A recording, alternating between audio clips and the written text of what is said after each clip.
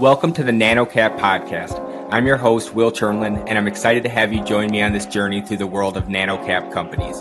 For the past decade, I've talked to thousands of business owners across various industries. It's been an enlightening experience revealing the vast tapestries of entrepreneurship and innovation that thrives beneath the surface of mainstream media coverage. Each week, I will interview different leaders of NanoCap publicly traded companies to learn about their history, what they do now, and their future. As a reminder, none of this information is financial advice, and it is all for entertainment purposes only. Let's start this week's episode. Hi, everyone. In this week's episode, I have the pleasure of speaking with Bill Irby, CEO of AgEagle Aerial Systems, Inc., stock ticker UAVS. AgEagle is a global technology innovator focused on enhancing situational awareness.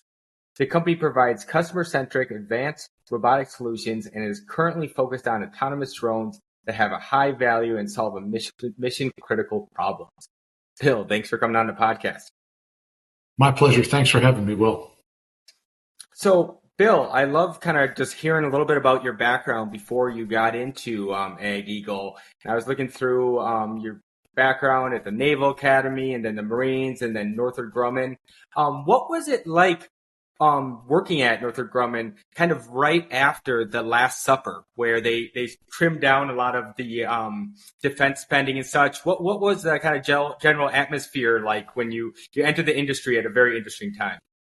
You know, it's interesting you asked that because when I was in the Marine Corps, that's one of many factors that led to my decision to leave and go into industry. The primary factor was the militaries were drawing down at the time, but our deployment levels were going up, and my wife and I were looking at having a family. So really thinking about it long term, made a decision to get out. With that said, it was not easy to get a position in the industry for all the reasons that you said, right? With that being the case, I still was able to get a position as a mechanical engineer in Northrop Grumman and really enjoyed my time there. Did a bunch of different things. So it was great. So to fast forward 20 years, I would love to hear kind of the juxtaposition between you trying to join the defense industry after the Last Supper, when it probably was the least enthusiastic time as the Cold War is kind of, they thought winding down, to now with defense being one of the hotter things in tech. What have you noticed most about just the change in mood? You know, it's interesting. Even when the focus in the market isn't as much on defense still gets a relatively high percentage of U.S. government spending, and rightly so. We as a country have to remain diligent on protecting ourselves. And, that all came to a huge highlight with 9/11, which today is the anniversary of, right? So God bless this country. There was an interesting discussion. My wife asked me earlier on when I was in that initial role at Northrop Grumman. She said, "Why don't you go in a commercial? Do something different. This is, for all the various reasons." And I said, that's not where my heart is. I said, if I went out and became an operations expert in bottling soda, I said, yeah, I might be able to get 0.03 cents out of every bottle of soda, but I'd be miserable because there's no purpose behind it. So to me, it was all about continuing to serve in some fashion where we could make, we help defend the country and its allies. So with kind of just like I was saying, the tides have changed, especially it seems like you were saying 9/11, I felt it just even more so after Russia has invaded Ukraine, that more and more people are like, okay, we can't kind of just sleepwalk into war. We need to have some sort of defenses here. And then the combination of that plus Palantir, Anduril, SpaceX, all making it opportunity for you all to basically bid on all these different contracts. Are those the kind of combinations of things that made you excited about this role you're currently in? Or what made you excited to get out of bed with this role currently? Yeah, really interesting. I spent a good number of years with larger defense contractors, right? Northrop Grumman, Textron, L3Harris, things that were very what I'll call stable and also innovative at the same time. When I left L3Harris, I went and joined a small company, and I've kind of had the small company fever ever since. So, I joined a company called Martin UAV as their COO, worked with that company until we were able to successfully sell that to Shield AI, looked for another opportunity, and went to another small company, then came over to AgEagle after having several discussions with the board. I really enjoy the opportunity to have a big impact, and you asked it in light of the Ukraine conflict, right? So we're in an interesting position right now where our drone manufacturing is in Switzerland, and Switzerland's general policy is to remain neutral, right? So right now there's a prohibition on us selling from Switzerland into Ukraine. We're trying to find legitimate ways to do that, but it's a little bit of a challenge for us. But it is the kind of thing that, if we could provide more direct support, I'd love to do it. So just to kind of double click on that, it's not enough for you to take the products from Switzerland, ship them back to the U.S., add a couple more chips, and then send them over to Ukraine. They'll just quit doing purchase orders if they find out any of their parts are taking place in some sort of foreign war?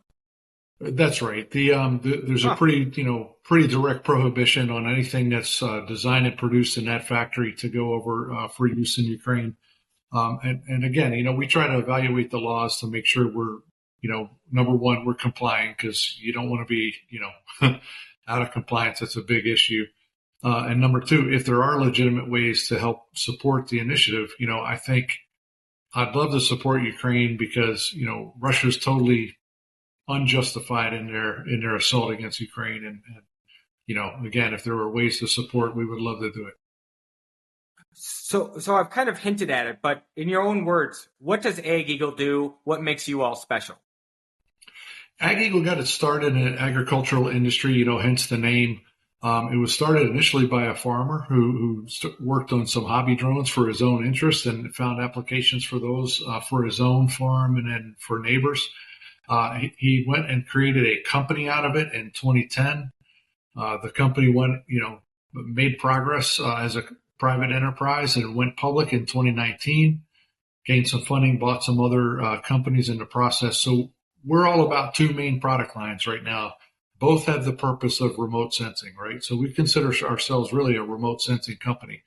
First product line is the EB line of drones, a fixed wing, hand launched, man-packable 3.5-pound drone that has 90 minutes of flight endurance. Really, really cool capability. And we just came out with a new version called the EB Vision. That's now being fielded in several militaries. We won a very large contract for us in France earlier this year, another one in UAE, and we're just continuing to expand. Our other product line is multispectral sensors, and the largest application for those is in agriculture, wetland studies, construction inspection, mining, etc. Lots of commercial use. But we've also found specialty applications for those multispectral sensors in the defense world, and we've begun to sell to defense customers and intend to expand that as well. And is there any story, I gotta ask, your stock ticker, UAVs, it's perfect for your company. Is there any story behind it? Did you ever have to switch over to it? Did they get it right off the bat, or how did that happen? It was a grand stroke of genius and luck that happened well before my time joining the company, but I have to give them a ton of credit. It's an excellent ticker. No, it's an excellent one. When I looked it up, I kind of had to double take. I was like, they got UAVs in the UAV market. It's like, okay, well, if that doesn't add credibility, I don't know what does. So are your drones or any of your sensors used on like the southern border to kind of see who's coming in, coming out, and that type of defense field too? And is that something that Switzerland's cool with since it's flying within U.S. borders and such? Yes, we have lots of law enforcement applications, border protection, et cetera, and there's another opportunity coming up, and with customs and border protection. Again, very, very fruitful business for us. We like supporting those kind of initiatives because when it comes to security, when it comes to supporting the safety and health of, any population, not just the U.S. for that matter, it's a very important cause. And, we'll do anything we can to support it. So I was looking through your website and I saw that you sell through a distribution network. Is there a reason why you went the distribution route opposed to selling direct? Yeah, as you can imagine, resource limitations in a small company. We can't really afford to have our sales force, all over the world with a lot of people handling things. So the company initiated relationships with value-added resellers, and we primarily sell through those. We have a lot of partnerships with VARs put together and specific agreements on how we do business with them. Maybe over time we'll shift that and do a lot more of our internal selling resources, but it was all an affordability issue and really trying to multiply our resources without having to, absorb full-time people. And then you talk about like the value add resellers. Is there necessary like training needed to fly these? Do you help fly them? Do the distributors have some sort of education program? How do you learn how to fly one of these? It sounds easy, but I know there has to be something to it. We do a training program for all of our value-added resellers. Some of them actually fly and some of them don't. But we do require training. We show them how to operate the aircraft, get them up to speed on typical operations and piloting. And when we do it in the U.S., we do it per FAA Part 107 and all the regulations around that. Other countries have different requirements, but nonetheless, the training programs are very important. So yeah, we do train them. And then for pricing, is it you buy the drone, then pay monthly for the software, and then pay maybe a consulting fee to have it the data analyzed properly and such? Or how do you guys get paid? Yeah, so we basically sell the hardware, and in some cases, software license to go along with, perpetual license software fees, depending on what we're selling to a particular customer. But generally, they, a VAR will have some of its own software applications that they may buy from elsewhere and then use our drone along with it. So it depends on what their end solution is. Oh, so your drone can use other people's software too, not just your own? Yeah, we've got standard interfaces in our data output so that it can be used with various systems. So, cool. Yeah, it's pretty adaptable. And then one of my next questions, but you've kind of answered it, is just the problem with trying to make drones outside of like China and Shenzhen and such. Is Switzerland, was that the first choice? And is that a big market in Switzerland? Or how is it, how do you make drones in a commercial way outside of like the major hubs? The drone industry, Switzerland's actually got a fairly strong drone industry, them and their neighboring country of France, right?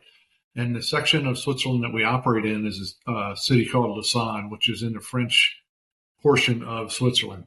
And so from a technology perspective, they're right up there. But, there is a worldwide supply chain network. So we do get parts from various countries. It doesn't all come out of Switzerland or the U.S.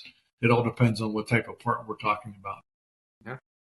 Believe it or not, I went to a hockey game in Lausanne once. So, did you really? Yeah. I've been to Lausanne and Lucerne. It's a beautiful town, yeah. Yeah, it's awesome. No, I looked up your guys' office there. It's very cool. Okay, so moving forward, what's kind of the long-term goals? Is it get your current product in more hands? Is it the next version is going to be the killer new model that comes out? How are you weighing that, and kind of what do you see the future going? The answer is yes and yes. We are trying to expand, the sales of our current product. The EB Vision is just coming online. The first sale that we got of any significant quantity was with the French Army. So that delivery is still underway. But we're also have several versions in work right now. We have an R&D program that looks several versions ahead. So yeah, our plan is not only to maximize sales of, what we've got, but also to innovate so that we come out with the next model. And we're doing that both with our cameras and our drones. And for you personally, do you get more of a kick out of working on like the physical side of things or working on like the capabilities the software can do? What side of the business do you find yourself leaning towards? Yeah, mostly, as a CEO, I am more attuned to hardware than software personally, but really a lot of my time is around, different team leadership issues, strategy, and dealing with investors and that kind of thing. That's where I spend most of my time. And with your background in your career, it obviously makes sense how you got into defense tech. But just being a publicly traded CEO, was there any sort of night class you had to take or anything to know all the different paperwork and filings you'd have to do? Or how did you get up to speed? Well, the good news is I spent many years in publicly traded companies, even at the executive level. So I got to watch a lot of the things that you have to do and processes as a publicly traded company. So that helped me get started. But really, it's my first role as a CEO in a publicly traded company, which kind of puts you in the hot seat. So there is some real learning, on the fly, which I appreciate. And my CFO, thankfully, has plenty of experience being a CFO in a publicly traded company, and he's been great at helping to, bring me up to speed and kind of keep me on the right path. So same thing with our board of directors. Great partnership, and we're always trying to do the right thing. Good to hear. So I just want to kind of end it with saying thank you so much for joining the NanoCap podcast. If listeners want to hear more about what you're working on or learn more about what your new innovations are, where should they head? AgEagle.com, or they can, just take a look at that is our website, www.ageagle.com. That's the best place to look. And if you want to reach out to me, it's bill.irby@ageagle.com. Will, thank you so much. Appreciate getting to know you. Yeah, thanks again, Bill. And those still listening, please remember to subscribe and review. See you again. Take care. Thank you. This podcast is for informational purposes only and does not provide financial, legal, or any other advice. The information is not investment advice or any offer to buy or sell any securities or to make any investment. The views expressed by the guests are their own, and any reference to third-party products, services, or information does not constitute an endorsement therefor by NanoCap Podcast or its affiliates. The NanoCap Podcast Express disclaims all liability for any individual's use of the information presented in this podcast.